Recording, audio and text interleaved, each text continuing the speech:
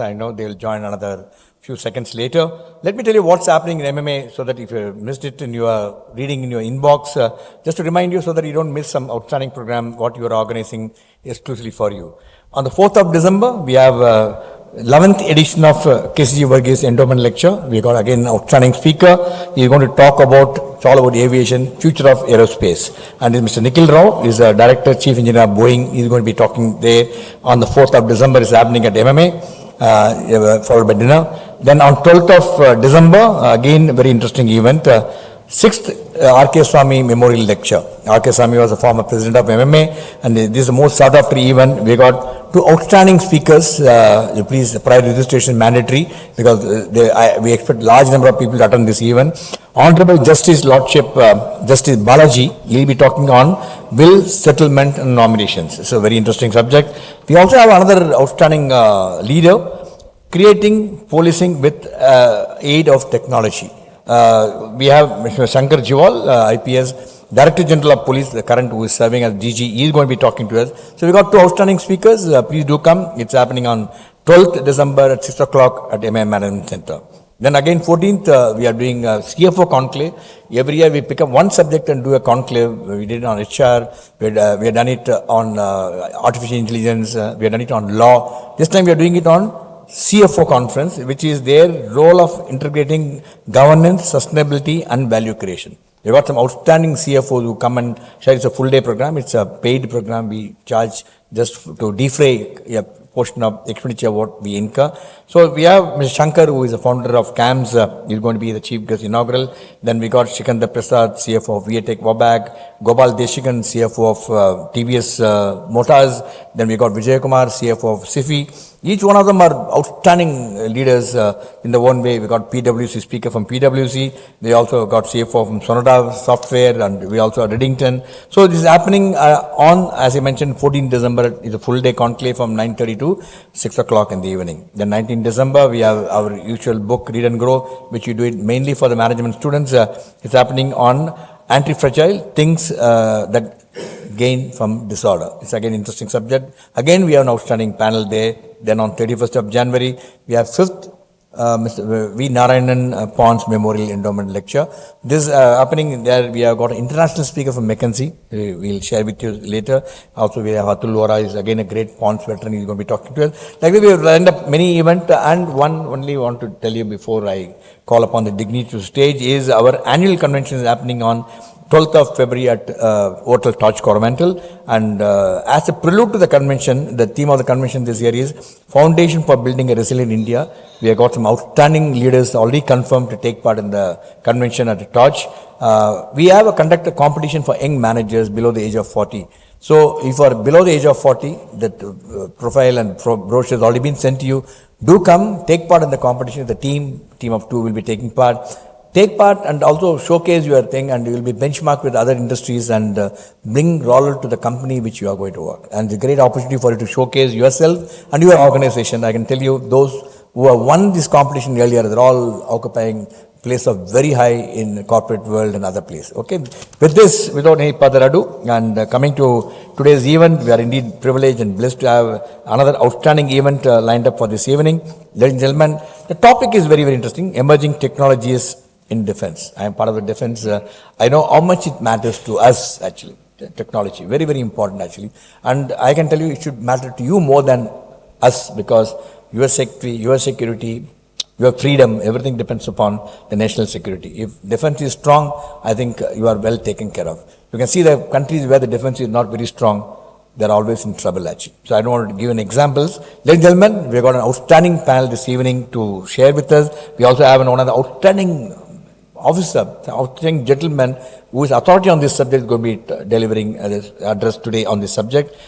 Put your hand together to welcome Mr. G. Satheesh Reddy, President of Aeronautical Society of India, former Secretary, Department of Defense and R&D, and also former Chairman of DRDO and now Scientific Advisor to Raksha Mantri. Along with him, let me also have the privilege of welcome Lieutenant General Brar, General Officer Commanding Dakshin Bharat Area, Mrs. Sitaraman, Chairman, Super Auto Forge, and Mr. Anshraj Verma, IAS, member of the MMA Managing Committee, well-wisher of MMA, Another thought leader on this subject. He has done some phenomenal work in this area. I'm quite sure his thoughts will be very, very relevant to us today. May I request the dignitaries please take your place on the dais.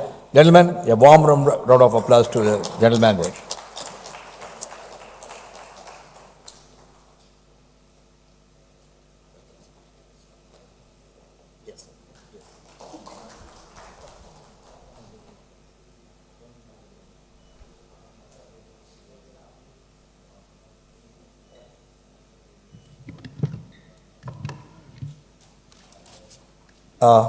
Gentlemen, the format of the event is I'm going to request Ms. Sitaraman deliver the formal formal welcome address. Thereafter, I'm going to request Mr. Anchaj Verma to set the context, share his thoughts. Then Mr. Gen Brar will, as a chairman of the session, will set introductory remarks and followed by Mr. Satheesh Reddy's address. Then we'll have a Q&A. As usual, if you have got any questions, please, the question slips and pen available here. Write your question slips, and all the viewers watching it online, please share your questions online so that we can collate all of them. Before I call upon the distinguished speakers to come, can I have the AV of all the distinguished speakers for this evening, please?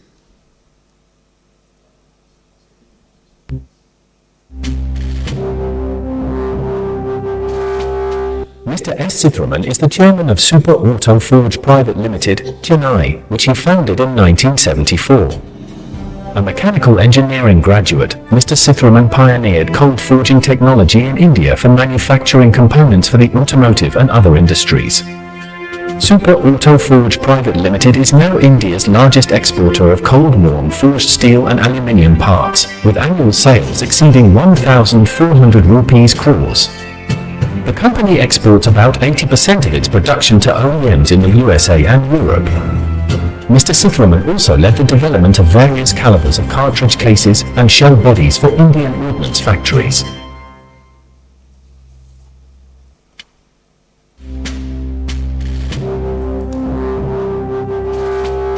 Mr. Hans Raj Verma, IAS, retired, is currently the Director General of the Council of State Industrial Development and Investment Corporations of India. A BITS Pilani alumnus with over 38 years of civil service experience, he has held key leadership roles, including Additional Chief Secretary and CMD of Tamil Nadu Industrial Investment Corporation. Renowned for his strategic vision, he positioned TIC as a catalyst for growth aligned with Tamil Nadu's $1 trillion economy goal. He has chaired organizations like Titan, TNEB, and TIPCO and served on boards of prestigious institutions and joint ventures. His interests include Industry 4.0, cybersecurity, ESG, and military strategy.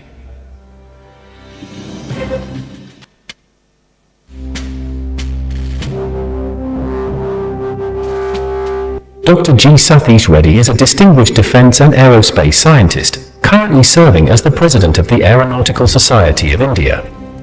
He is the former Secretary of the Department of Defense R&D, Chairman of DRDO, and Scientific Advisor to the Raksha Mantri.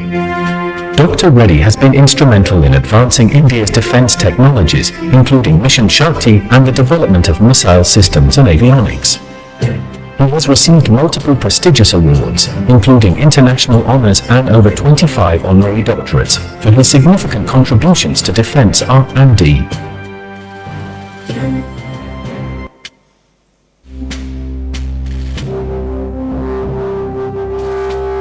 Lieutenant General K S Brar, AVSM, is the current General Officer Commanding of Dakshin Bharat Area, Chennai, having assumed command on the 15th of April, 2023. With a career spanning nearly 4 decades, he has served in diverse operational areas including Jammu and Kashmir, Northeast, and South Sudan. General Brar's previous roles include commanding a brigade in counter-insurgency operations and leading the Armored Corps Technological Innovations. An accomplished officer with 2 MPhil degrees, General Brar has received multiple awards, including the AVSM, and is committed to maintaining operational readiness and the welfare of veterans. Thank you, gentlemen. That's a big round of applause to the thing. A galaxy of eminent speakers this evening. We are going to have a great feast of knowledge. Now I request Mr. Sitaraman to please deliver the welcome and introduction. Mr. Sitaraman.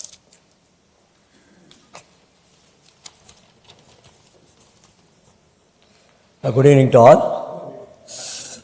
It's indeed my privilege to deliver the formal welcome as well as introduction during this special event on emerging technologies in defense. I consider it a special honor to welcome Lieutenant General K S Brar, AVSM, General Officer Commanding Dakshin Bharat Area, and Sri G. Satheesh Reddy, President Aeronautical Society of India, former Secretary, Department of Defense R&D, and Chairman DRDO, and former SA advised to Raksha Mantri. Welcome you, sir. Of course, my fellow colleague in MMA, I welcome you too, sir. I take this opportunity to welcome the delegates who have joined us this evening, guests and members of MMA from all over Tamil Nadu and Pondicherry, guests of partner organizations, and large number of participants from all over the country who have joined us online. For those, for the benefit of our guests and invitees from other areas, it be my honor, privilege to introduce MMA to you. MMA, which was established in 1956, has evolved today in the largest management organization in the whole of country, and with over 8,000 members spread across 10 chapters in Tamil Nadu and Pondicherry, MMA has awarded the Best Management Association continuously for the last 14 years until last year. As global security challenges evolve, technologies such as artificial intelligence, autonomous systems, cyber warfare, advanced robotics are reshaping the landscape of defense area too.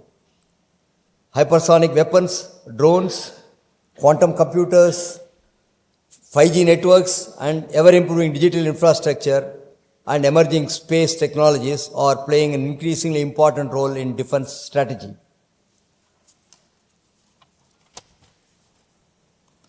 In the face of technological advancement, acceleration of the same, it has become very important to understand and harness these technologies very usefully. Therefore, the country's defense is benefited and global stability too is maintained. Today we are very fortunate to have two stalwarts from the defense sector, one a very senior military leader and other a highly accomplished military scientist. I am sure the participants who have joined MMA and those who have joined online would have a number of takeaways from the deliberations. I thank KAS for their continued support to MMA. I also take this opportunity to welcome past presidents of MMA, my colleagues in management committee, members of MMA, distinguished invitees, management student members who have joined MMA, and other guests all over the world online, watching this through YouTube, Facebook, LinkedIn, MMA live webinar, and Voice of MMA. I am sure the deliberations are going to be very interesting. I wish you a very great evening.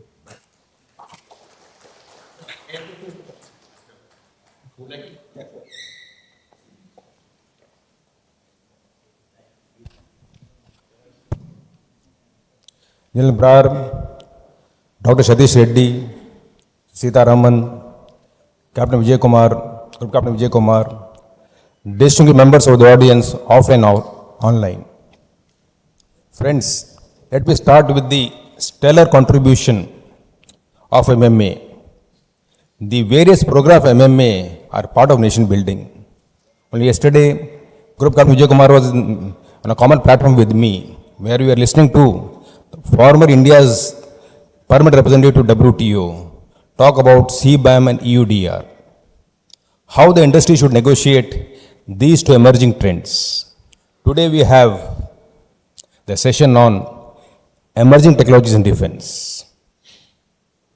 The current geopolitical context points to only one direction. Technology security is national security. Nations who are not self-reliant in their defense needs will never be able to pull their weight in the Committee of Nations, claim their place on their high table. As India progresses towards its goal of 2047 Viksit Bharat, the call of the Honorable Prime Minister to make India Atmanirbhar, self-reliant in defense, is very, very apt at this point of time. And Tamil Nadu, with its well-established brownfield corridor, defense corridor, with the 5 nodes of Chennai, Hosur, Salem, Trichy, and Coimbatore, and supported by the various satellite nodes, is well positioned to supply the requirements for India's defense needs. I have been associated with the defense sector for nearly a decade. My partnership when Dr. Gen Brar goes 4 or 5 years back, when I met him when he was DG Armored Corps. I was CMD TIC then, part of the SIDM, the Society of Indian Defense Manufacturers. Now, based on my interactions, since Dr. Reddy is here, we need our DRDO labs to be more proactive. Proactive in terms of engaging the industries. Tamil Nadu as a leading state has got the capacities in its MSMEs.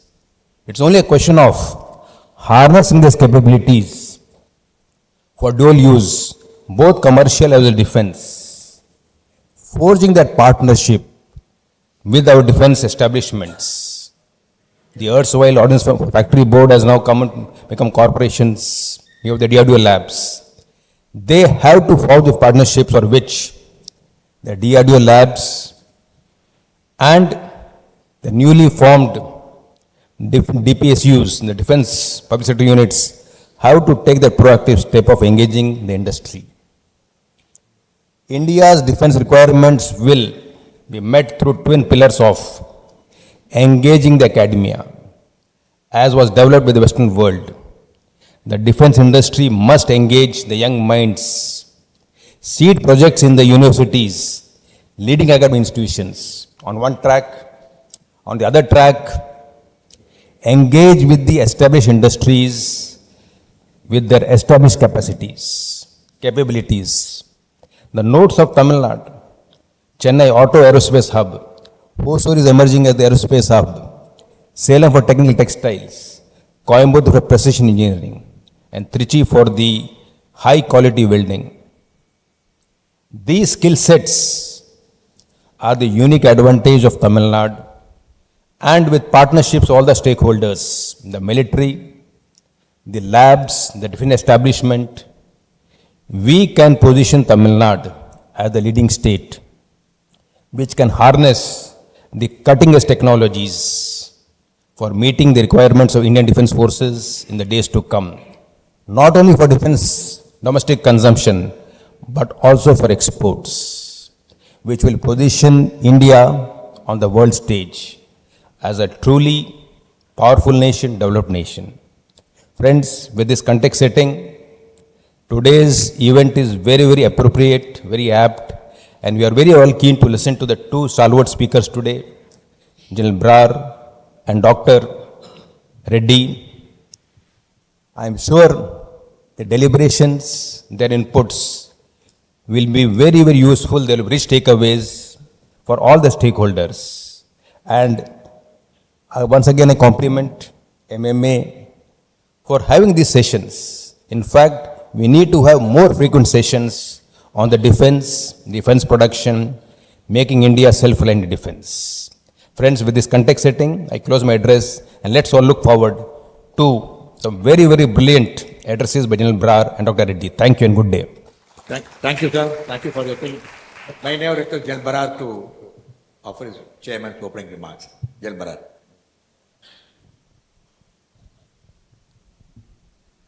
Good evening and Jai Hind, Vanikam. It's always a pleasure to be standing at MMA where, we have intellectual discourses and especially such discourses which are helping the nation build in manufacturing, industry, scientific knowledge and such like. And today we have a topic, emerging technologies for defense. And I think we can't have a better speaker than Dr. Satheesh Reddy talking to us about that. So Dr. Satheesh Reddy, as we all know, has been at the highest level of scientific knowledge in the country, being chairman of DRDO, secretary DD and R&D, scientific advisor to the RM, and now of course he is president of Aeronautical Society. But apart from that, because of his background, he is still connected with whatever is happening as far as defense technology is concerned. He has a long list of achievements, but some of the achievements can't be even spoken openly. But there was a anti-satellite test, Shakti. He was involved with that. There are a number of programs on missiles which he pushed and they got fructified. Artillery systems, there were a number of them. He is expert in electronics and radar systems. So, a number of our radars which were imported, indigenization and plus giving us those radars, weapon locating radars. There are various types of radars which are required in the defense. So, he has been a pusher in almost all of these things. But I have a very personal connect because as DG Armored Corps, of course, earlier also I was in some appointments where one was dealing with DRDO, but more so as DG Armored Corps of my 2.5 years. I think I can again name a list of projects which I pushed, and then there were a number of things of Arjun tank, missile firing of Arjun tank, APFSDS, there's ammunition which got tested because as a user you have to push it. Then there were engines, then there is something called EMP of T90. So a lot of these tank projects, but the most famous is the light tank. So I don't know whether he will talk about light tank, but I'll just give a small introduction. I want to just tell about, things happen when people understand also. So DRDO had started a project on tank, but they had gotten advice to start it in a certain fashion with certain parameters. So luckily I happened to land up as DG Armored Corps at that time. So I also have some base knowledge. So my connect with him, I just walked to his office and I said, these parameters are not right. We may again, Arjun had again this change of QR and that cycle of trying to make up the QR and the weight increase, and it has taken almost 20 years to take out the tank. So I told him that these QRs are not right. So we had discussion with CVRD. They are sitting here. I used to be on VC with them. And finally, in fact, he said, if you are saying, and we had some technical discussion, he said, if this is QR not, what is the right QR? Or specs for the light tank. So I said, give me 1 month. So I modified and finalized the QR. Then again, we had a discussion. So I am saying what he reposed faith in my this thing, and then we and these CVRD guys, all of them are sitting here, the masters, and plus of course L&T was there. We worked as a team, and the light tank, the way it has come out in 2 years, I think it's never happened in the world. I'm not talking of India. A major platform, weapon platform, takes even in the most efficient of industries abroad, not less than 7-8 years. So it's already 2 years and it is all firing and testing. So anyway, it's a major achievement. I'm sure Dr. Reddy will talk about it also. So with his experience, and why we talking about defense, emerging defense technology, it is just not of course, it is more than that we need our own defense to protect ourselves. But the more interest to the industry is the amount of money which we are going for importing. They are in 80,000 crores or beyond per year, or values to that extent which we are importing material. That money is available to the country. So if we have to build our own country, our own industry, the Western countries, the US, I think the major share of the GDP is in this arms industry. The way they are exporting. So the same thing can be done by us. But only thing is, since we have started late, it needs a lot of, it needs an ecosystem. Like in light tank, the ecosystem kind of happened. The user was there, the DRDO, the researcher, the manufacturer, L&T, their scientists, so we worked as a team. So it can't happen one-sided. So we need to create ecosystems for each of the products and each of the technologies. and more importantly, why the private has to come in. And of course, one thing which I didn't mention, that he was in the times when Make in India was getting pushed, and he pushed it, and certain reforms in DRDO, in which, DRDO started inviting private. Otherwise, DRDO kept things for themselves. So he opened up DRDO to private. But, there is so much of scope because, now it's a multi-domain warfare, a lecture which I'm going to take tomorrow in front of, in fact, the hierarchy of the army. I'm going there to Jaipur.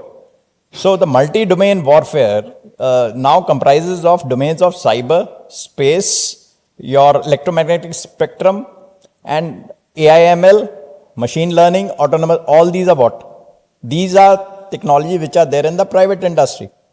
So it is the private industry which has to, also help us in building up this ecosystem for defense, and there's a huge amount of scope. So I will not speak much. We welcome Mr. Sitaraman and Mr. Hansraj Verma also, as he mentioned, with him also, as I met him before I came to Chennai, because he came there because I was doing certain things. He also wanted to see how T&D Defense Corridor can come up. And another thing which I always say, the potential in southern India is there, especially in Tamil Nadu, and of course include Bangalore and other places. The potential to build defense industry is here. And T&D Defense Corridor, there are only 2 defense corridors. The lightly, the T&D Defense Corridor needs to be synergized along with everything else which is happening. So now I hand over to Dr. Satheesh Reddy for giving us his thoughts, and I'm sure everybody will benefit from his address. Thank you.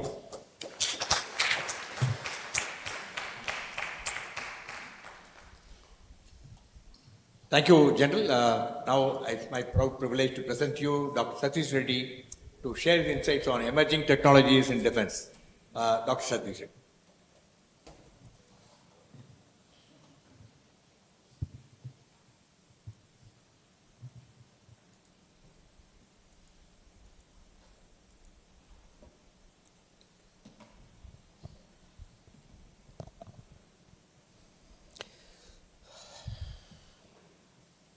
Good evening. Namaskar to everyone. Mr. Sitaraman, General Brar, who just spoke now, a good friend of mine, Mr. Hansraj Verma, and Group Captain Vijay Kumar, all the friends who are present here from various organizations, and my friend Susinder, who is actually instrumental in me coming over here. Then my friends from DRDO, then we have former CMD Medhani, Mr. Narayan Rao, Professor Senthil here from Anna University, and all others who are here. Very good evening to you all once again. Firstly, let me thank MMA for inviting me to be here and give a talk on something connected to defense, technologies, or how the scenario, what happens and all that. And I don't think I'll find better people to share the dais here with me. One from the armed forces of the country, General Brar, who is now more like, I call him always like Chief of Army for the Southern India. So he's sitting here at Chennai, and also where we work together, he mentioned already a little bit about it, working together on a project and making that a project success for the nation's pride. And then Mr. Hansraj Verma also, who has been very instrumental in many industries coming up here in the country, in the state of Tamil Nadu. And particularly with the defense corridor announced here and working a lot on that, and conducting many events, seminars, and bringing lots of people across the country, and many people connected to defense, DRDO, armed forces and all that. He has played an instrumental role. And even now, of course, with all the financial institutions across the country, he is trying to do a lot. So I don't think we'll have a better panel than these people to share their aspects. And in fact, I was not very sure. A lot of people were scaring me that Chennai is heavily rained, flooded, and whatnot. And a lot of people asked me whether the program is there, are you coming or not? And a couple of people from Tamil Nadu, southern Tamil Nadu, were to come here to meet me. Then they said, we are cancelling our trip, are you cancelling or not, and things like that. But for a surprise here, I have not seen a single drop of rain and very, very pleasant weather. Unusually in Chennai, I am wearing a suit also, actually a coat also. Normally we don't wear here. And so such a pleasant weather and environment here. Nice to be here on this day. I also have seen when Group Captain Vijay Kumar was presented, the next talk is on the something like this only, emerging technologies or emerging aerospace in the country is the next talk. So what a coincidence, defense and aerospace. Normally this is almost taken as one subject. People call it as defense and aerospace and things like that go in. And if you look at in the country, the major strategic departments in this country, the space, defense and atomic energy, we call them as the strategic departments, and there is a good amount of synergy among these departments at technology levels, and all three have come out of the visionary leaderships in this country when the country was not having almost anything, even though we got independence in 1947 and DRDO started somewhere in 1958, same thing, ISRO, atomic energy started. But then these leaderships somewhere in the 70s and early 80s brought the initial thrust to these organizations, initiated these things. Homi Baba, particularly with the test in 1970s, the nuclear test in our desert.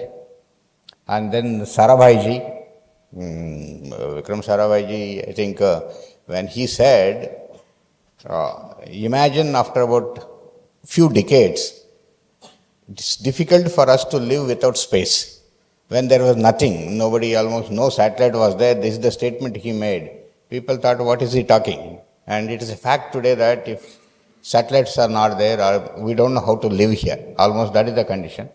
And from there, late 1970s started SLVs, and then actually Dr. Kalam himself was the project director, and then ASLV and PSLV, and now we are all into Mangalyans, Chandrayans, and Gaganyaan and space station. That's the level where we have reached, and we are a power in space, we are a power in atomic energy. Same thing, Dr. Kalam, 1982,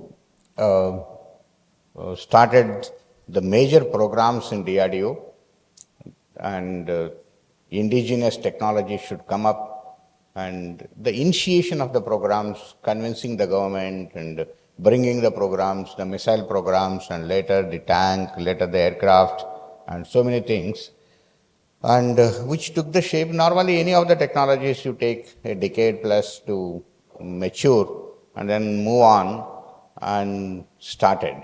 In fact, this country had the first test of an indigenous missile in 1988. That is the first test I am talking about. Till that time, actually, we didn't have a test.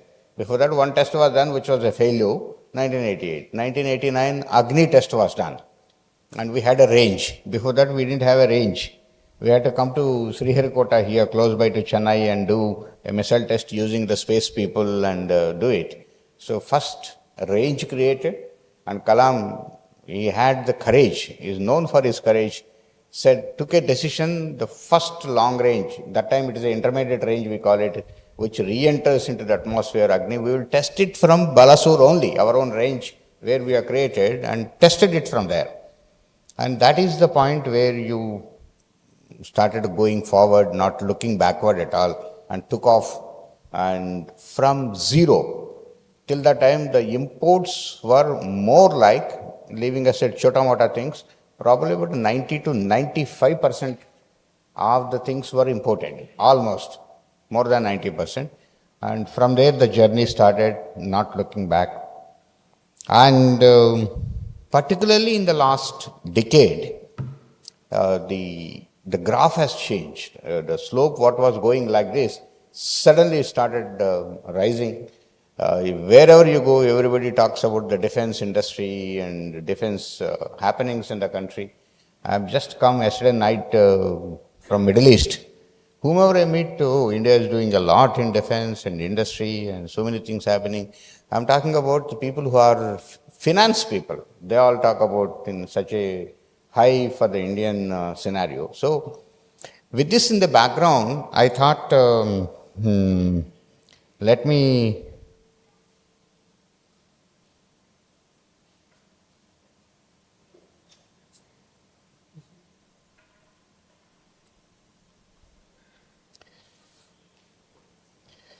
a little bit, the whole presentation has been outlined like this.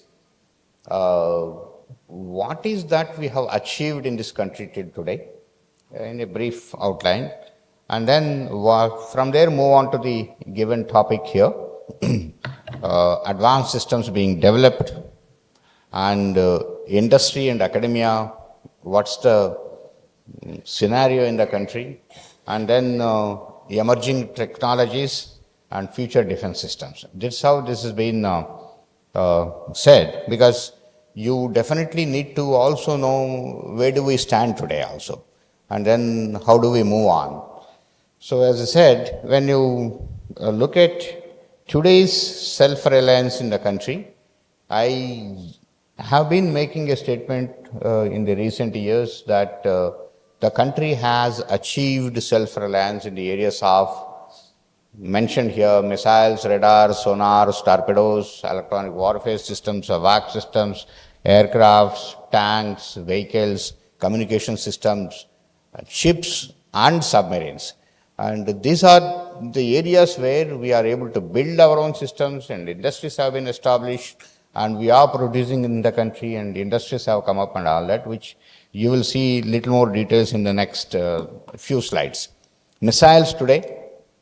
Name any missile, what is there in the world. Today, either the country has developed it or is in the advanced stages of development. That's the stage today the country has come, whether it is anti-tank missiles, surface-to-surface missiles, surface-to-air missiles, air-to-surface missiles, air-to-air missiles, and things like that and all that. Whichever you talk, all those things have been developed here in the country. Similarly, radars.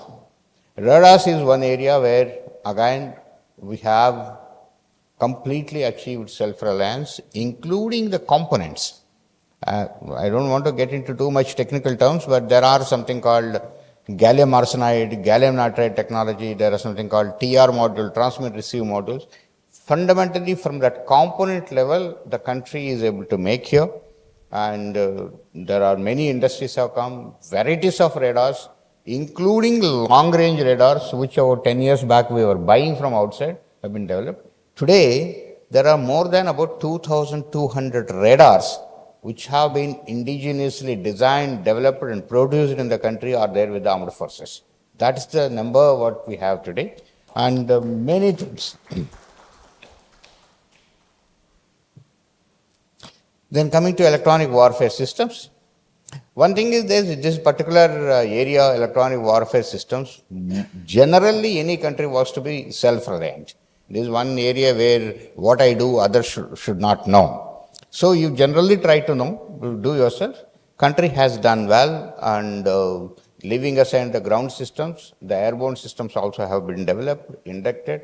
In the recent operations about 5 years back also, these aircrafts have played a major role, and many more are being developed, whether it is on the naval front or the army side, on the ground side, or on the aircraft side. Many systems have been developed and are being developed. This is an area continuously you have to be working on. If you are delayed by a year also, your upper hand will go off. So you need to upgrade these systems continuously. That is one requirement which you will have. Then this is one story where we need to tell. Actually, again, my friend General Brar was there in the army headquarters. we didn't have a gun in this country. We didn't have a gun. All of you know that the Bofors gun became very popular to the people, and we were importing that guns, and we didn't have an artillery gun. And this gun is developed in this country, and there are two industries which are producing. Bharat Forge and Tatas are producing this gun. Army is inducting these things. All the trials are over, and production started, and large number of guns are being produced. And the industry capability has come to such a level where they are able to produce large number of guns. Hundreds of guns is the capability what industry has got today. I just visited the industry last week only and seen myself the production lines and how it has come. And this gun has got a speciality also. This gun has, when it fires a shell, it's a 155 artillery gun. Even though we must have developed a gun very late and all that, but that gun has the world's longest range. No other gun in the world has the range of this gun, is what it is. These are the armored vehicles, varieties of them. And primarily when I am talking in the city of Chennai, it's very important to talk about armored vehicles here. The tank, Arjun tank, is developed here at Avadi in the CVRD, Combat Vehicles Research Development Establishment. The previous director and then the previous joint director, all the others are here, who are present here. And also Arjun Mark I has been inducted in few numbers. And then probably you are aware, a couple of years back, Honorable Prime Minister came here all the way to Chennai to hand over the next version of Arjun Mark I, which is called Arjun Mark 1A. He has handed over that tank to the Chief of Army Staff General Naravane that time in Chennai itself, and that is also under production at Avadi in the Ordnance Factory, and numbers are going on. And next, there are many other things which are connected to that, and lots of things. So you require bridges, you want to cross a river, you need a bridge, lay a bridge, cross over it, and then fold it back, and things like that. And all that varieties are, large numbers are produced and being taken. Varieties of right from 5 meters to 80 meters bridges have been developed in the country, and many others which are required have been developed and being produced in the country.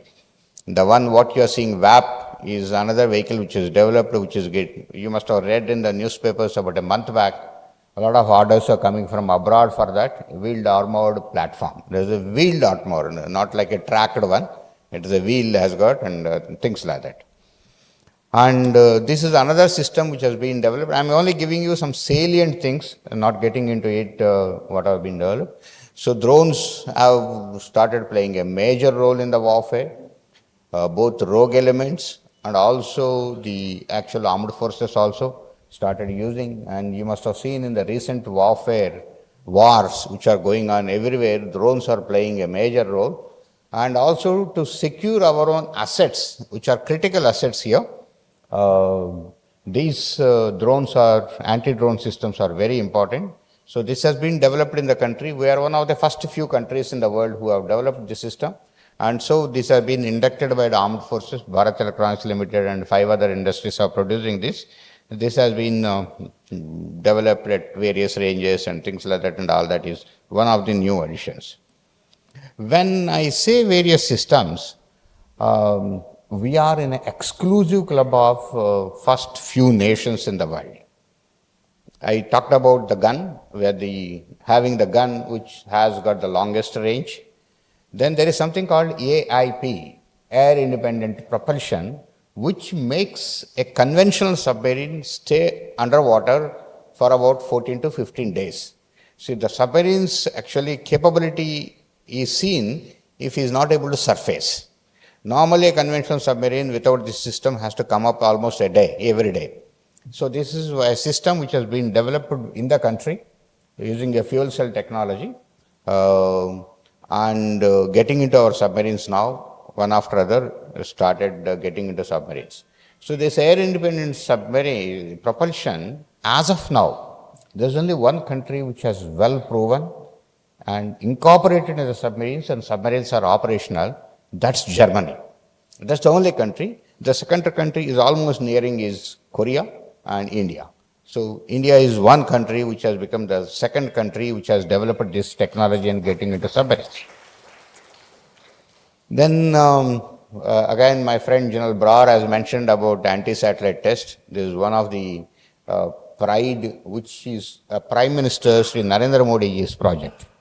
He wanted to show it to the world that India has capability to do large and critical missions is one thing what he said. When he called me and said that we need to do this test, is his idea and National Security Advisor Sri Ajit Doval together that let us do this test. And in September 2016, they called me and said, can we do this test?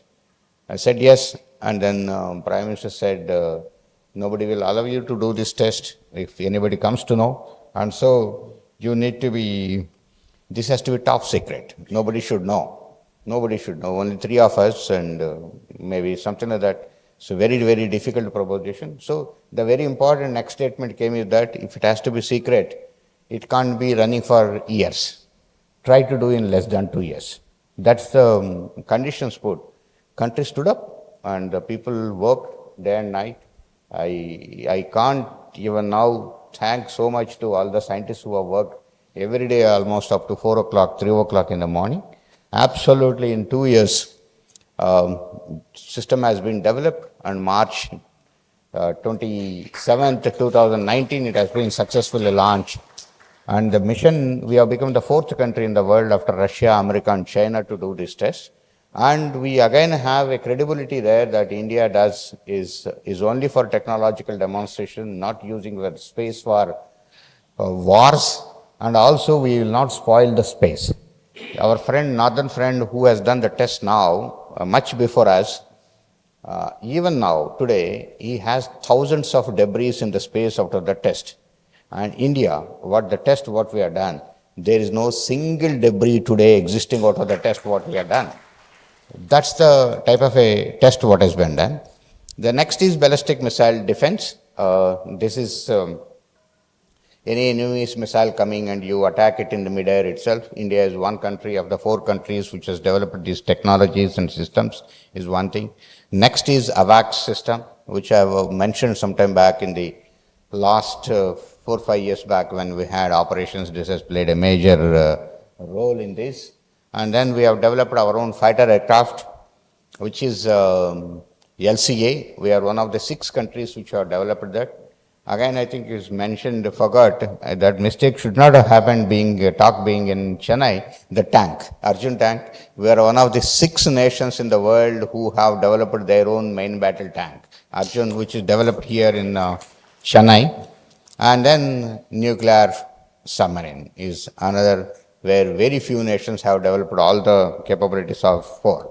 So this is the capabilities, these are some of the achievements which the country has gained to show that we have the capabilities to do. I am not saying that we have become a complete self-reliant, we have not got all the technologies, and also we are not the country which comes out with that advanced system as the first country or one of those countries. But then this is shown to say that the country has the capability, country started showing up. And so if you have the vision and the entire nation thinks that we should be completely self-reliant and we also should develop all these things our own and we should be a leading nation in the world, we have the capability. With that in the background, how it is moving forward, I'll just mention it to you. So these are some of the new technologies which are being developed. Hypersonic vehicles, this is one thing. Hypersonic glide vehicle, hypersonic missile. This is one thing which you have been listening, and when you talk about Russia and Ukraine war, this particular word comes very regularly and things like that and all that. So that is one of those technologies.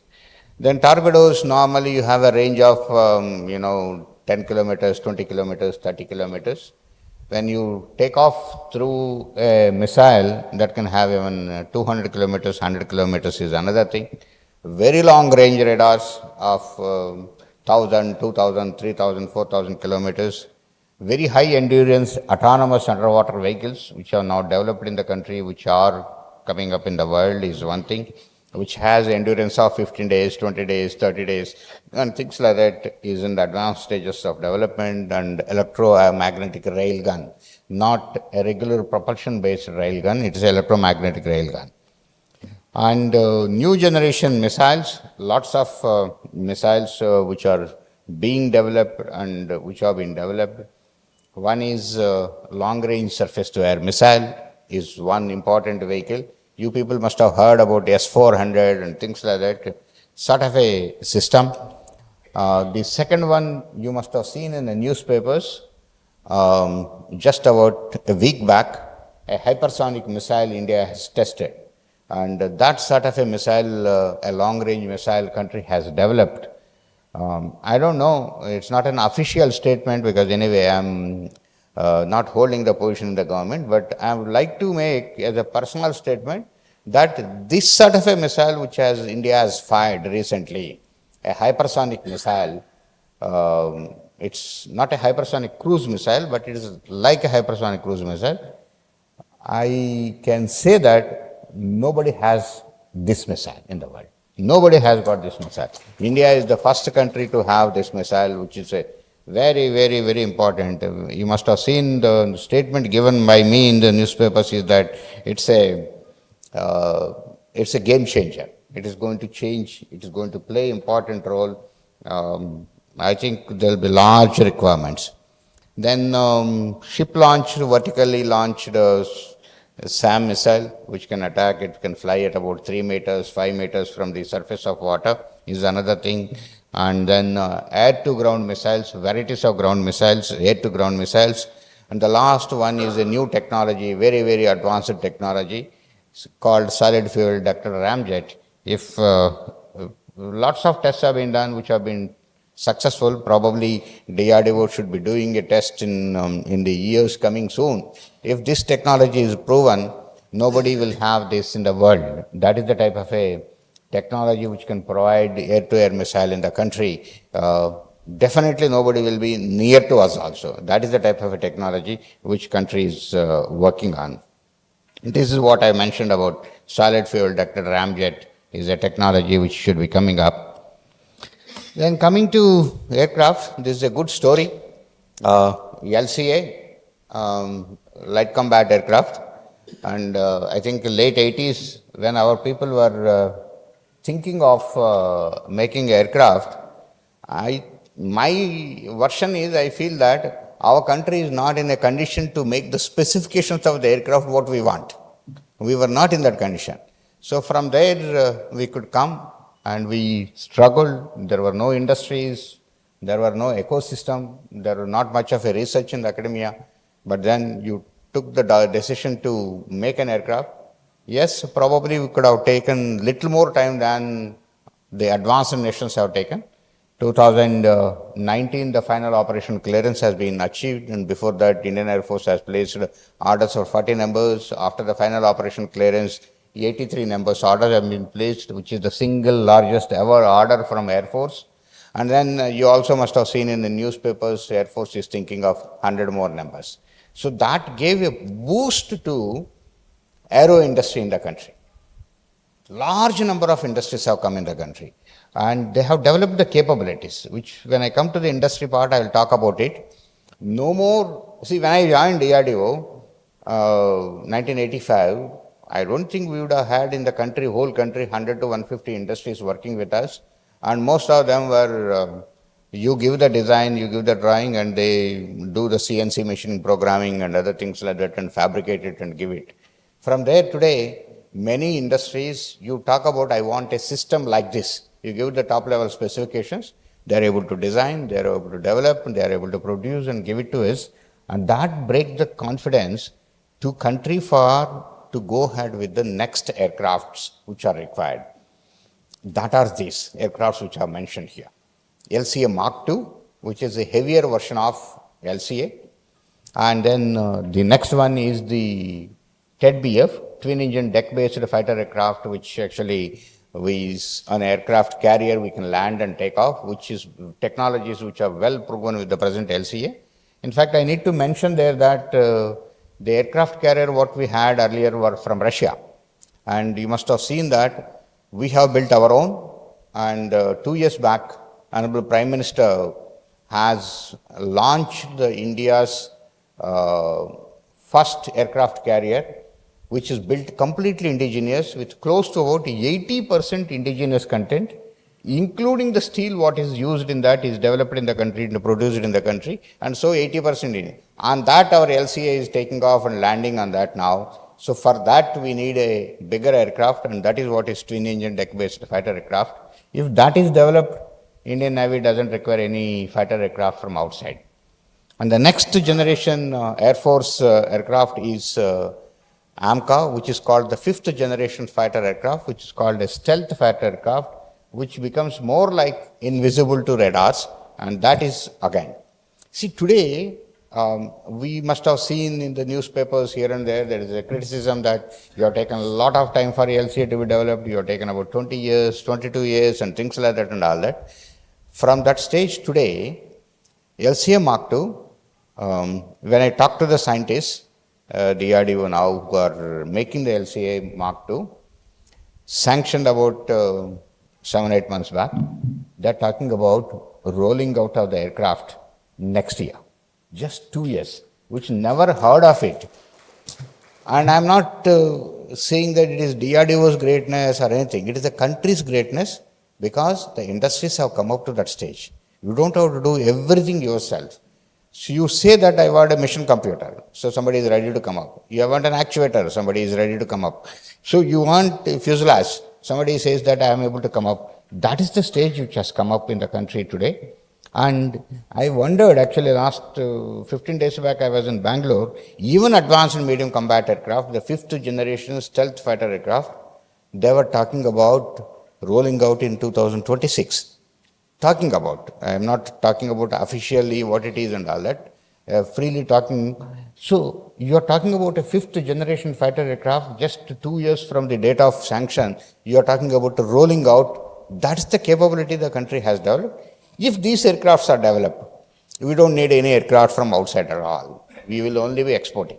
That is the status what we will reach. So that we will be definitely reaching by 2030 plus. The country will be in that state in the aircraft's version. This is what is Jorwar, which General Brar has mentioned, and is a tank which is developed here by our friends here. I want them to actually get up. Mr. Balamurugan, Director, Mr. Balaguru. They are the designers. They are the designers of it. What General Brar and me, we have managed is at Delhi. We managed. General Brar came up with the right specifications, what are required, and moved it to be in such a way that Army accepts it, and it played an important role. But design is from these two gentlemen who are sitting here in Avadi and who made it. And General Brar, when these people designed it, everything, and came up in Delhi, so General Brar came to my office and we were giving a presentation to him. So when we gave the presentation, I think some X weight was there when they came up. He said, I will accept if it is 25 tons. This is my specification. And said that it should be amphibious, meaning it should be on the surface of earth and also in the water. These two specifications, he said. So I was seeing these people are what to do, kaisa hai and all that. So 15 days later, they talked, and they also talked to General Brar and said that yes, we will do it. They did. And the day it is sanctioned, nowhere in the world has happened. Will it happen or not? I am not very sure. Less than 2 years, the tank is out. Tank has gone through the trials of developmental trials. Army trials will be going through. Just in 2 years, a lightweight tank.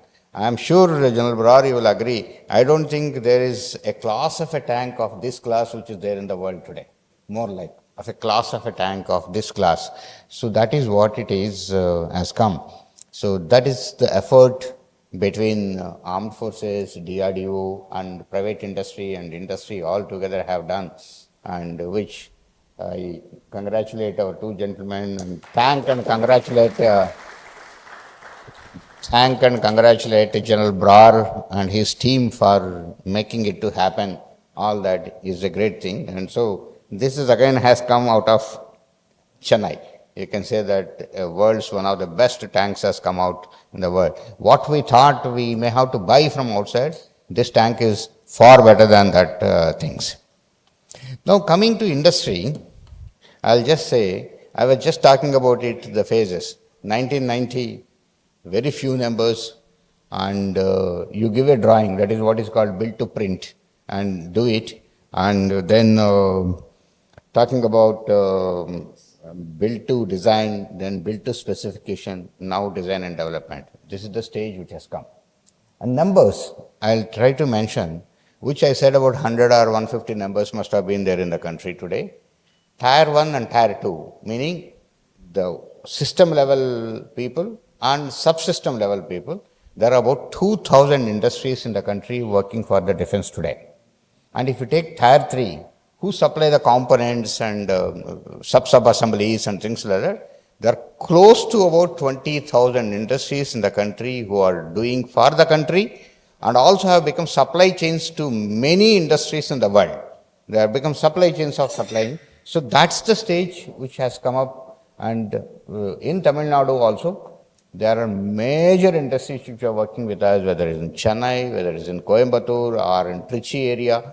Lots of industries are working on very critical technologies with us, and a lot of important role in state of Tamil Nadu, including the academic institutes and things like that. A lot of enablers which have helped it, whether it is many schemes which are brought in, whether Make 1, Make 2 and things like that, or the IDEX scheme which is from MOD to promote innovations, which gives about 10 crore rupees for each innovation, or the technology development funding, which actually if you are developing a technology or a system in DRDO, which can fund up to about 50 crore rupees. From that, lots of things, and even allocating about 75% of the capital budget to the indigenous systems here, and making the indigenous system as the topmost priority to buy, called IDDM, indigenously designed developer systems and all that. And from there, this a scheme called DCPP, which has come up, development come production partner, industry joins right at the stage of project sanctioning. As soon as the sanction is over and things like that and all that, and then there are more than 100 industries which have come up with various systems and developed and all that. This I mentioned about it, technology development funding. And there are many other empowerment measures which have come up, which have supported industry, which made the industry big way. As I said, finance people were saying, defense industry is the one which we can see continuously flourishing in the stock market. That is the stage which has come today. Lots of orders. Actually, I went to a couple of industries the other day. You see every month there is an inquiry from outside for the systems what are being developed here. And even the gun, as what I have seen is multiple orders have come from outside and seeing and all that. Similarly, academia, a lot of changes have come. In 1985, probably we had Jadavpur University, IIT Chennai, IISc, maybe IIT Kanpur. The only people, some couple of professors by name were able to talk to us, come and review with us. That's the level. And today, we have centers of excellence itself in 15 academic institutes across the country. There are about 400 academic institutes are working on that. There are 1,200 crores worth of projects which are running with academic institutes. There are more than about 3,000 researchers who are working on this. Is the stage where it has come. And here I like to mention also the startup ecosystem which has come up in the country is enormous. I'm talking about it as overall, which I mentioned about the defense also. Just in the year 2016, in this country, we had about 458 startups. In 2016.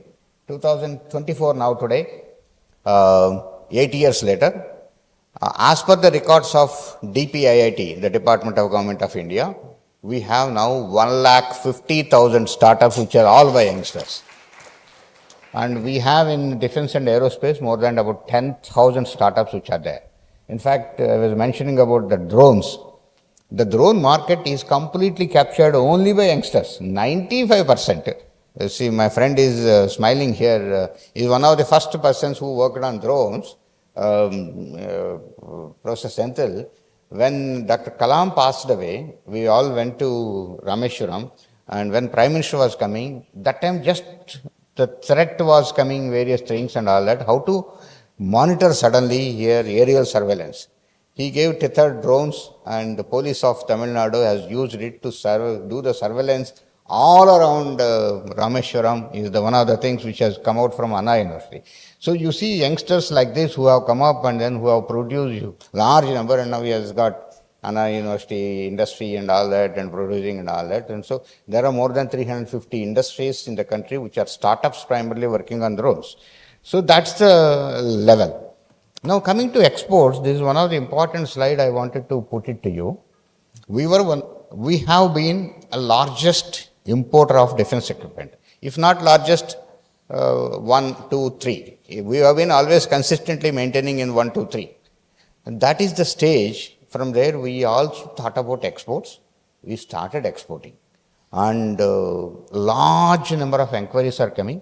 It is actually, we need a lot more marketing skills in the globe and marketing strategies in the globe. I think the numbers will go up tremendously. Last year, 2023-24 financial year, having been the largest importer of defense equipment, it has gone to 21,000 crores worth of exports from this country. 21,000 crores. And you must have seen the Honorable Raksha Mantri Rajnath Singh Ji's statement that in next 3 years we should go to 50,000 crores.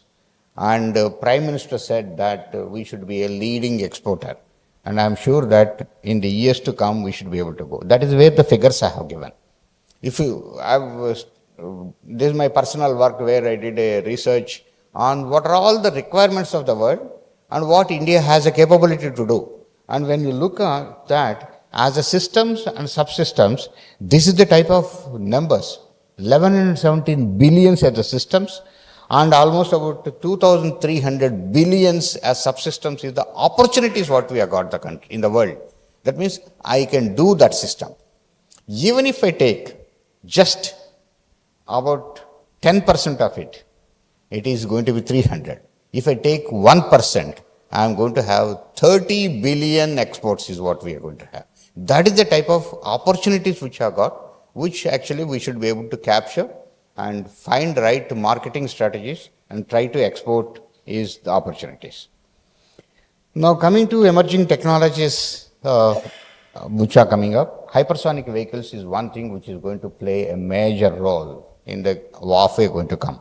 That is hypersonic cruise missiles, hypersonic glide vehicles, hypersonic ballistic glide vehicles are the one which are going to play a major role. Most of the countries have been working last 15 years, 20 years on this technology, including from USA. The type of number of tests which USA must have done from that island on this have been enormous, maybe 100, 200 tests they have done. Second thing is directed energy weapons is one of the important things. Future warfare will be this, high power lasers, very high power lasers. Talking about 300 kilowatts, 500 kilowatts and megawatts of powers of lasers, where you sit here and try to shoot down a satellite with a laser or aircraft far away is one of the technologies. Similarly, very high power electromagnetic pulses and radiations.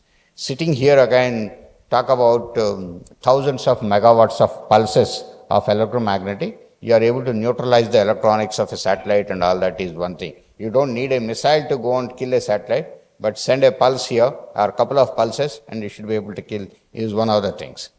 Autonomous vehicles and robotics is playing an important role today. Autonomous tanks, autonomous vehicles, autonomous submarines, autonomous ships, autonomous underwater vehicles, and autonomous combat aircrafts, UCAVs. These are the things which are going to come, which are going to play a major role in the things. And then all these requires materials is one of the important things where advanced materials have to come up and work on that in a big way in the country. Then space has become the fourth dimension of warfare. Space has become the fourth dimension of warfare.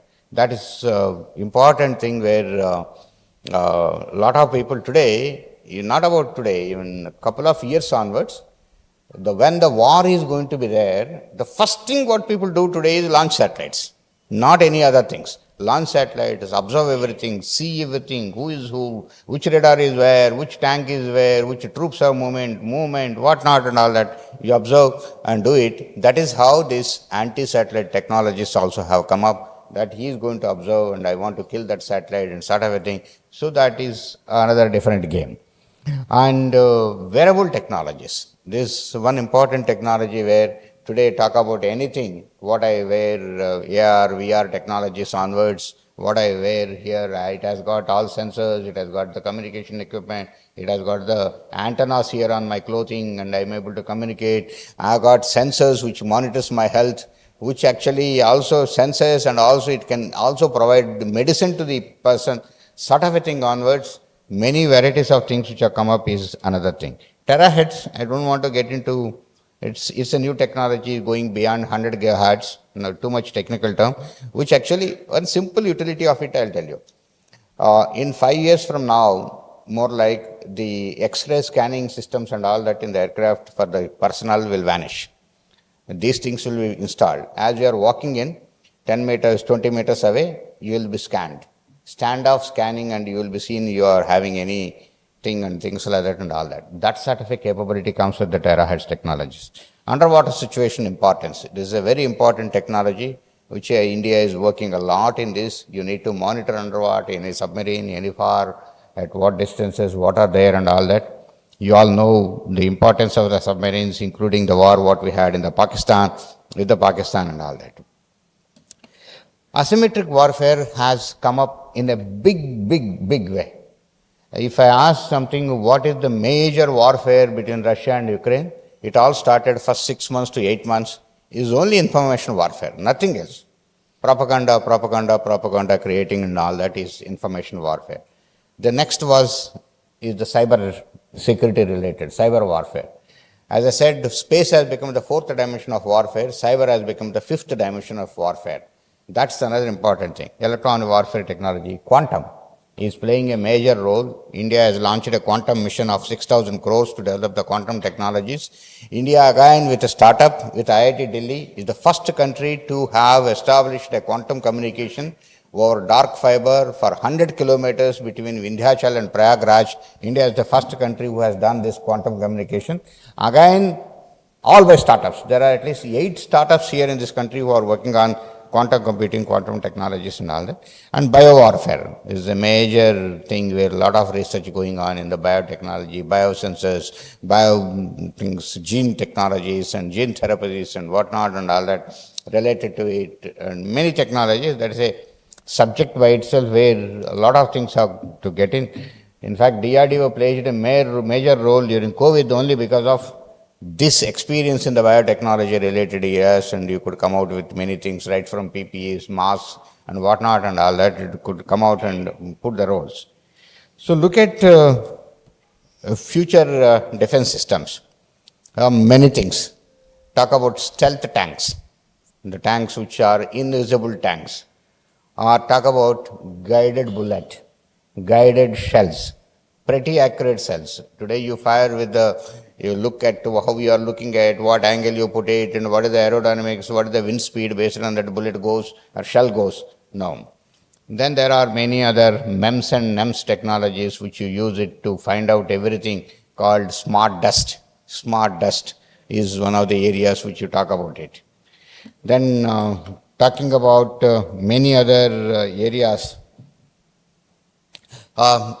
magnetic propulsion.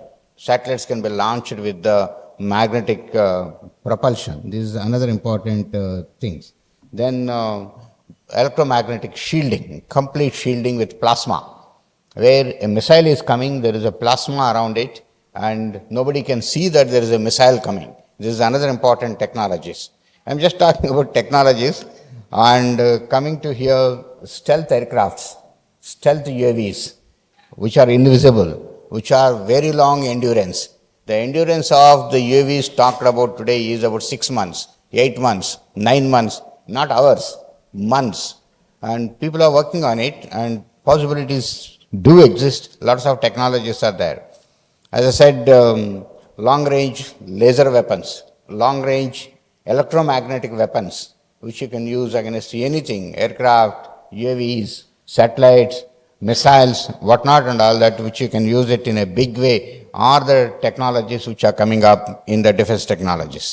And then I talked about hypersonic missiles.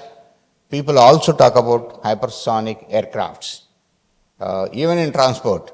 So probably Delhi you will reach in 20 minutes from here, Chennai to Delhi, 30 minutes maximum, sort of a thing, all things.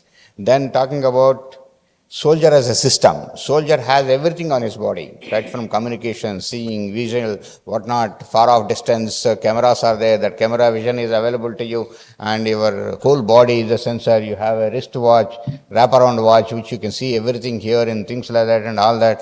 Your, as I said, the clothing is smart clothing, you have everything on that, is a soldier. The next is a robot soldier.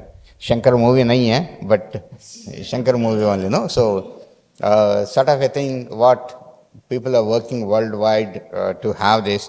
Couple of technical issues are there, which if it is resolved, probably robotic soldier also will be thing. Then cognitive technologies. This is an important technology which again people are working. And my friend, there is a young boy sitting here, Manish.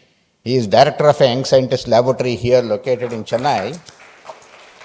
The Honorable Prime Minister has told DRDO establish 5 laboratories where all the scientists in that lab should be below 35 years. And they should have the same powers as 55, 58 years old man who has got. So 5 such laboratories we have established.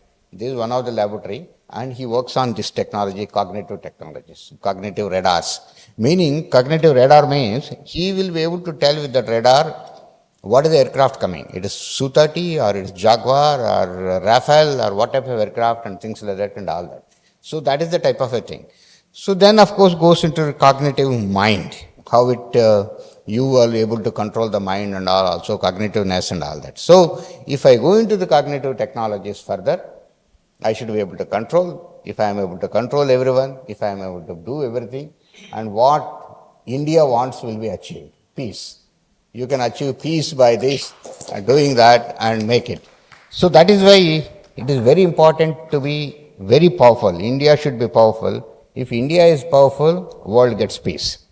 When Agni missile was launched, I remember 1989, people asked Dr. Kalam, you talk about peace and things like that, and you have launched such a nuclear missile and devastating missile, why are you doing it? He said it is for world's peace. Why? He said, it's a deterrence. If I have the capability, if I have the power with me, and others will be careful. Nobody will touch you, nobody thinks of a warfare. He will not talk about a war. So you should be very strong. That is why we should be very strong in science and technology. And that is why in DRDO's emblem, it is written, Balasya Moolam Vijnanam.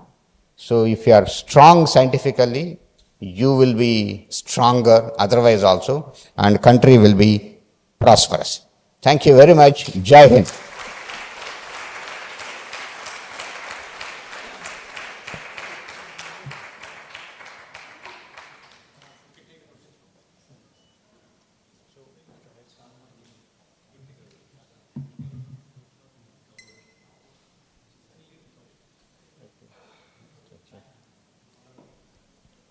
Okay.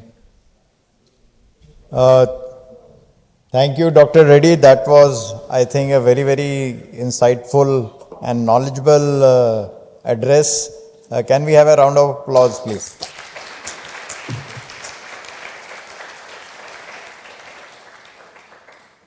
And I think because all the things which he has covered are normally not discussed in civil. So for, I think, other than even in army, one would be aware, but even some of the young officers may not have known all the things.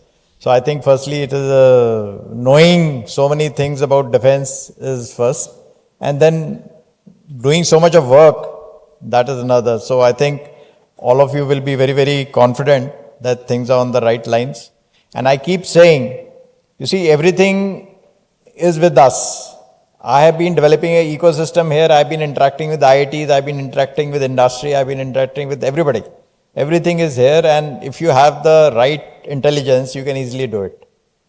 Because again, I go to light tank, the specs, any light tank is 36 tons and above, China also.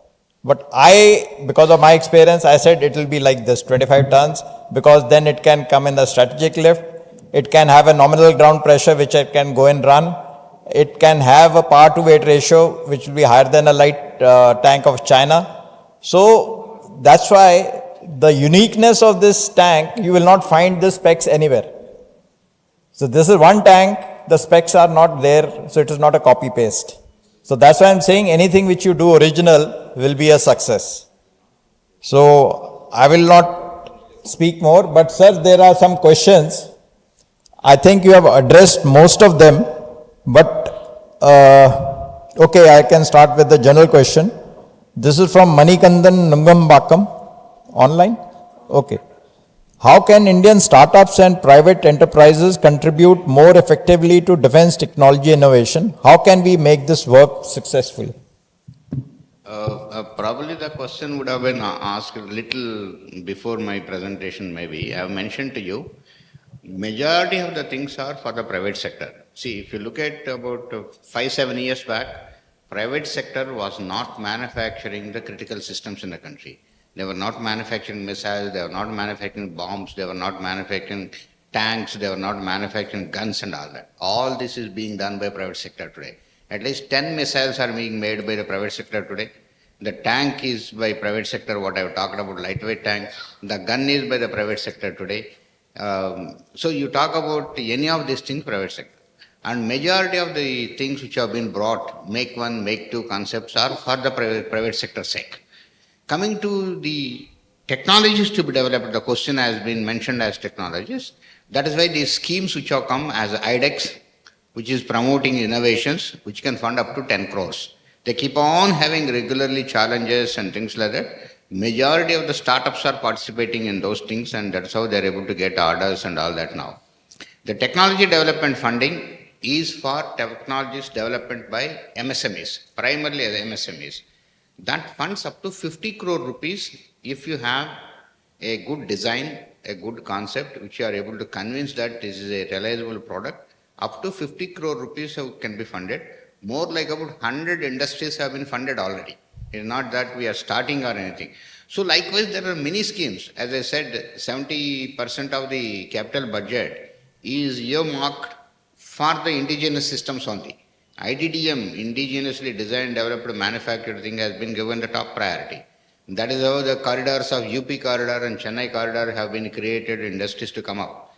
So it was more like an untouchable for the private sector, thinking that I know defense whether we can enter or not, there are only some people can do it and all that. Today it has come up to about 20,000 industries, with about 2,000 industries are tier 1 and tier 2 industries. As I said, finance people say that if it is a defense industry, the stock values are also going up high.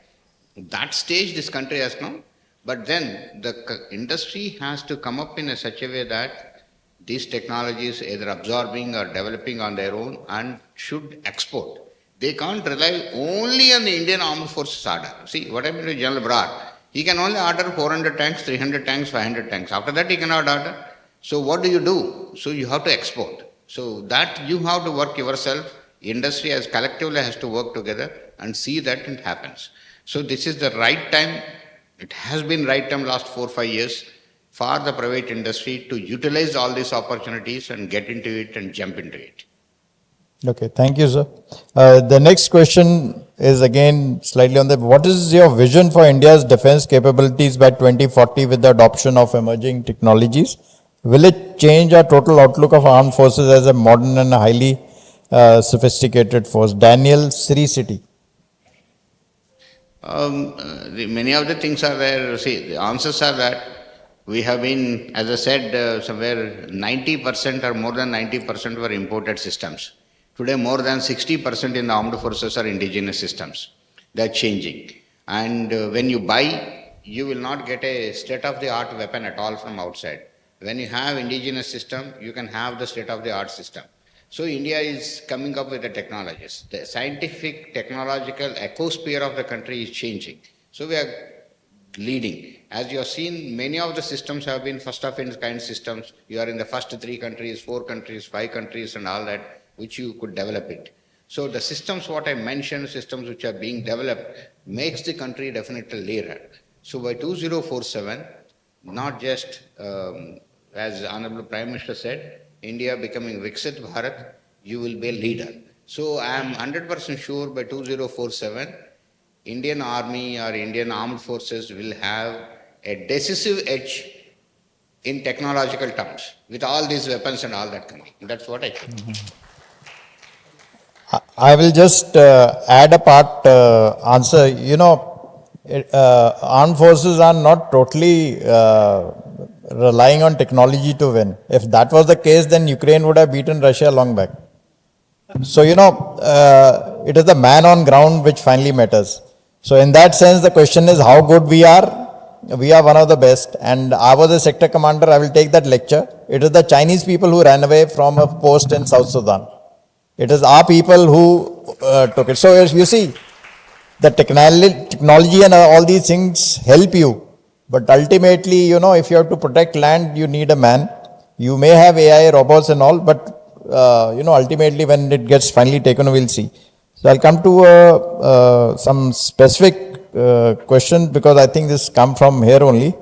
The advantage of terahertz includes scanning of a person at least 20 meters ahead of the location. Will overexposure to such scans cause the individuals to be prone to health hazards, including terminal illness? How does the right balance is ensured between progress and wellness? Matthew, member MMA.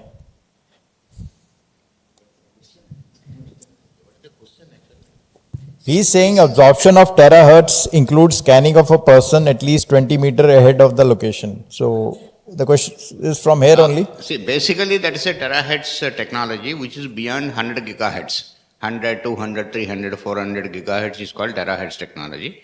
It gives you standoff scanning capability and many other capabilities also. In fact, some of the file edge penetration and things like that and all that you should be able to get and all that. So people are working on that to have a standoff scanning now, including in India. People are working on it. So this everybody has to go through the scanning and things like that and all will be there. So there will be scanners which tell somebody is entering into the airport itself he is having something or not, and you will be able to immediately identify. That is one of the utilities of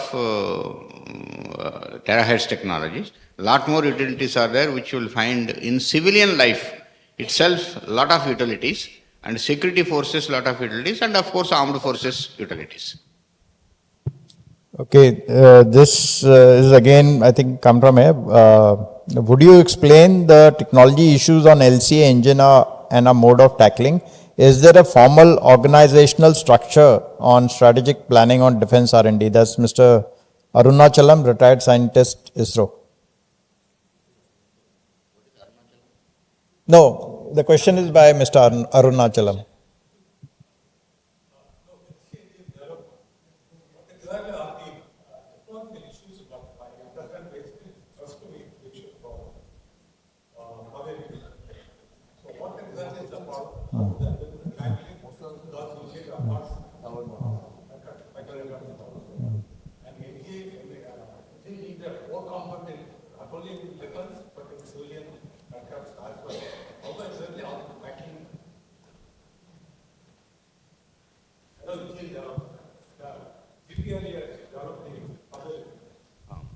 See, I will answer you this.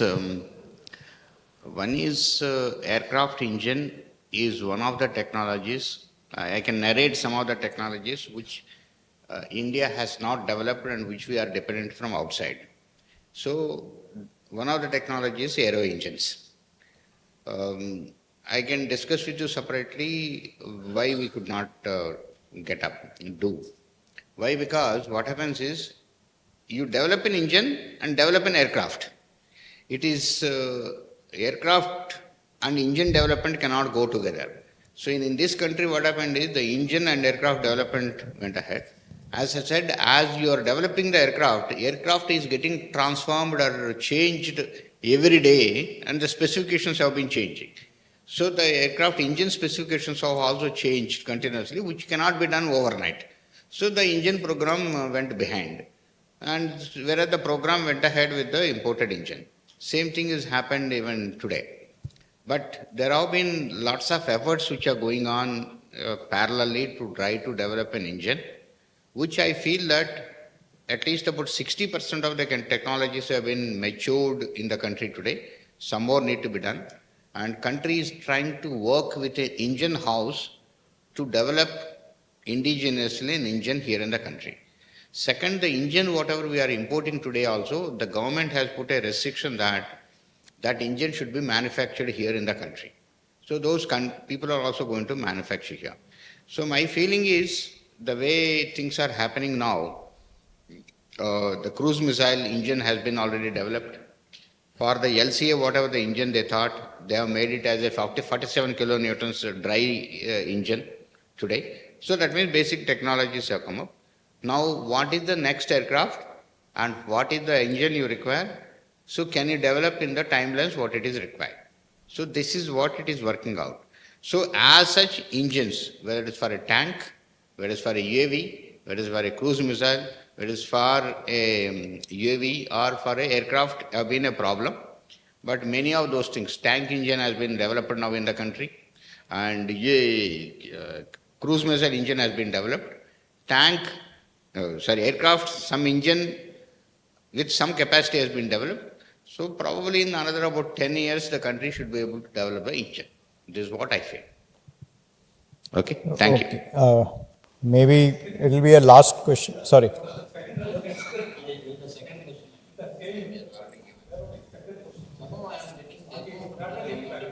Acha, okay.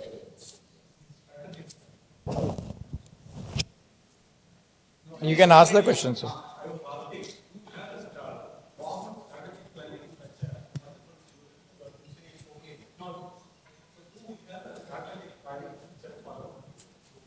See, there are lots of strategic planning mechanisms are there in the country. First thing is, the armed forces come with a strategic planning. These are the systems what probably we need in the next 5 years, 10 years, 15 years. It's called LTI PPP, long-term perspective planning.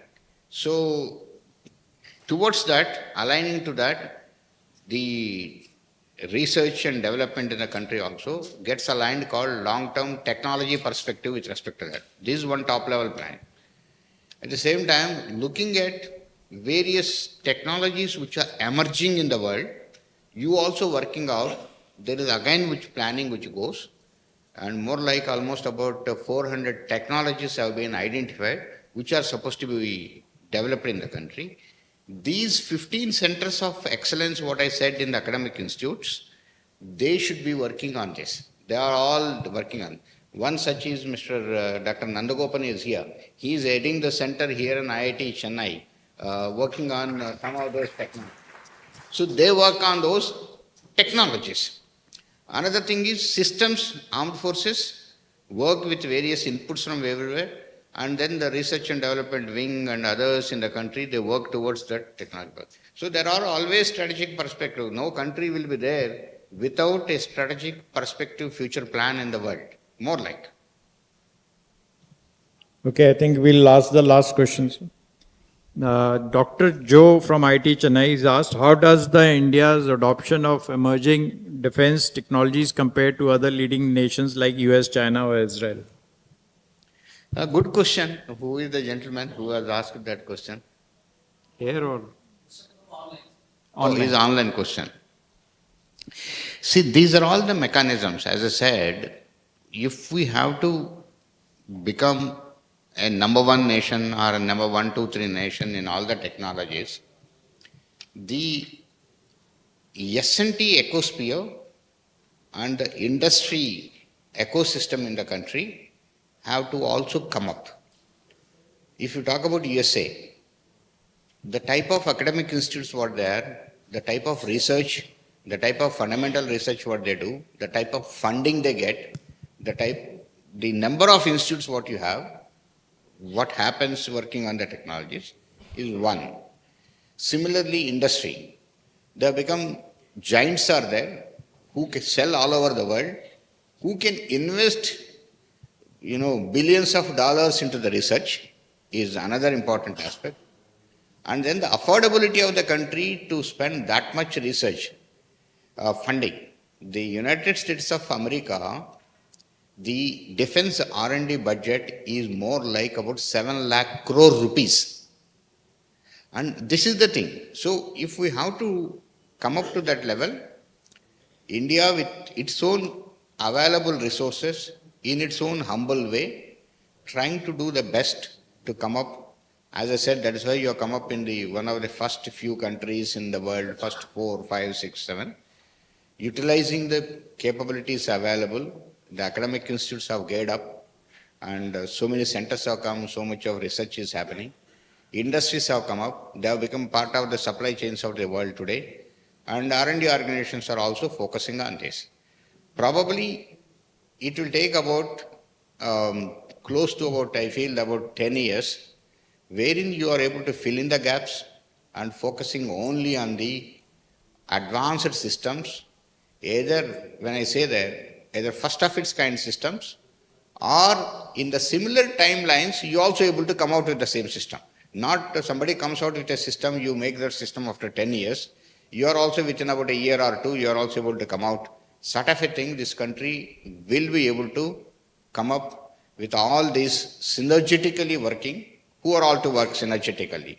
Academic institutes, R&D organizations like DRDO, industry, startups, armed forces, and the government officials, whoever or who matter, all synergetically work and have, as he asked, a strategic planning and who needs to do what, how to integrate, and with a very clear vision that we should become a leader. And we should be able to do definitely. A country has got so much capabilities and we can do wonders. We have done wonders in many areas and we will be able to do.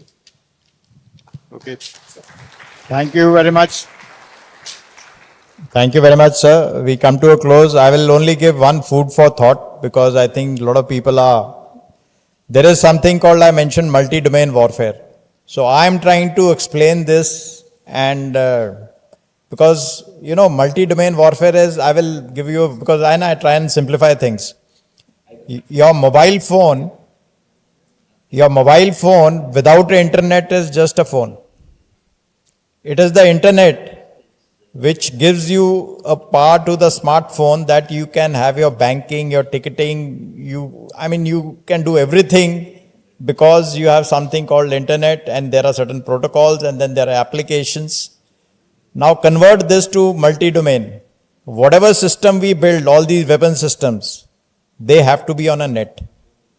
So that is in short multi-domain, and in this you need a IT backbone, you need AI/ML, you need cloud computing, and you need all the technologies which are there with us and which all private sector and people in Bangalore, Chennai, Hyderabad are doing. So how to get that system together, I am trying to put a vision, because you don't need more and more guns and tanks. You see, 100 guns firing separately don't make a difference, but if everything is on the net, maybe 20 will do. I hope you understand that logic. So the multi-domain warfare, which is totally into the private field, but you need somebody to guide and give them this thing. That is what is required. That is what I was saying. I have a full-fledged lecture which I am going to take tomorrow. But this is something which all of you can do. So if all the sensors are there, because aircraft which goes, it takes 1 terabyte of data in one flight. Now in that 1 terabyte of data, how much is useful information your AI/ML has to pick up? So there are, I think, so much of data which is physically, humanly possible not to see through. You need AI. So you need this organization and structure. You see, individually, so we have to put this system together. That is what is the future. Somebody was asking how this is the thing which we need to do. US is well ahead, China is falling, and we need to also go in for that. But our situation is different because we have land borders and we have to fight on the borders. Those people are fighting expeditionary in certain other areas where NATO and everybody comes together, so they are plug and play. So I can keep on talking, I can give you a full-fledged idea because all my talks are for the private and the startups. Okay, thank you very much. I think we had a good lecture today. Thank you, Gen Brar. Thank you. We have over 580 viewers watching. There's so many questions have come and we could cover as many questions as possible. Thank you, Mr. Reddy, for coming all the way from Hyderabad to be with us. Indeed, we look forward to seeing you more often in Chennai, so that I think the great inspiring talk, after listening to him, I think most of the people who are there will be so secure that Indian is on the right path and well secured. Thank you, Sushindar, for connecting us to Mr. Reddy. It's really a pleasure hosting him here. Now I request our Honorary Secretary, Mr. Ram, to step forward, do the honor of presenting memento. In fact, out of the 4 on stage, except Mr. Reddy, all the 3 are my committee members. So that is the composition of the MMA committee. Can you step forward and do the thing? And also request other committee members presently to join. Picture. Huh?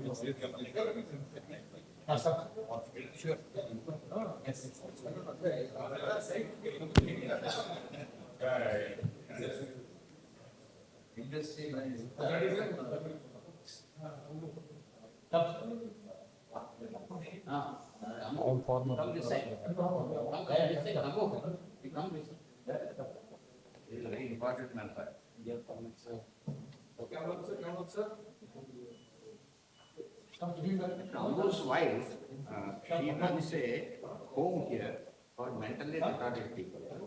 There are, you can't imagine, there are 450 people in that home. You should go and see one day.